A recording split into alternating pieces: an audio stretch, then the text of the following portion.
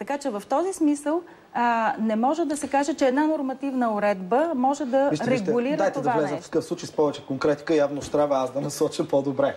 Доколкото съм запознат от текстовете в този закон, например, дете може да откаже лечение, нали така? Независимо от мнението на неговия родител. Това е един от изключително... Дете може да... Нека да довърша. Да, извинете. Дете може, например, на 14 годишна възраст да реши, че няма да изповядва религията на неговите родители. Може ли да допуснем, че ако едно дете... лошо? Абсолютно съм съгласен. Да. Тоест този текст е окей, така ли? Този текст не е същностен. Напротив, същностен е. Ами, според мен не, аз ще ви кажа защо. За всички други категории, възрастни или професионалисти, има разписани такива нормативни правила. И дайте веднага пак да хванем пример. На улицата виждаме, че родител удря шамар на детето си.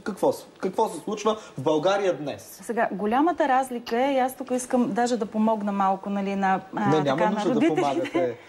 Голямата разлика не сме взели, нали, но обаче за българските семейства не е такава. Значи има, и за това ви без казвам, да обвинявам българския родител. Дайте да дадем конкретен пример. Баща удря няколко шамара на детето си на улица. Така малко да доразвием примера, да не са до няколко шамара, защото това може да е инцидентно и да няма нужда тогава да бъде намесен, нали, да бъде намесена системата. Да, съм чувал, че в западните филми казват, че се обада на социални. Нека работят днес. Господин Ганчев, че в определени ситуации социалните работници трябва да имат правото да изведат детето от семейството.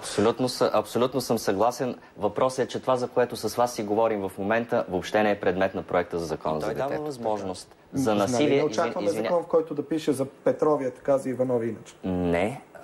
Всеки закон третира всички хора еднакво.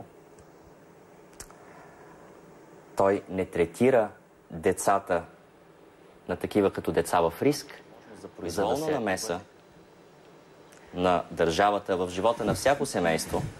Как е произволна? Дайте пример. Обажда се комшията и идват и взимат детето. Това ли се опасяват? Че може да се случи? Не се опасяваме, че може да се случи.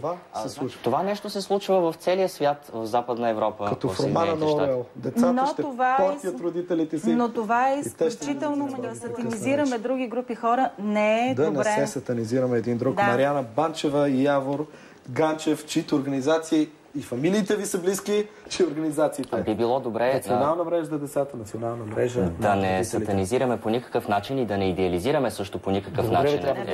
Добре, тъй като държавата е най-големия масов убиец на деца в България, тъй като под нейни грижи за последните 10 години са загинали 531 деца. Имате предвид социалните домове. Да.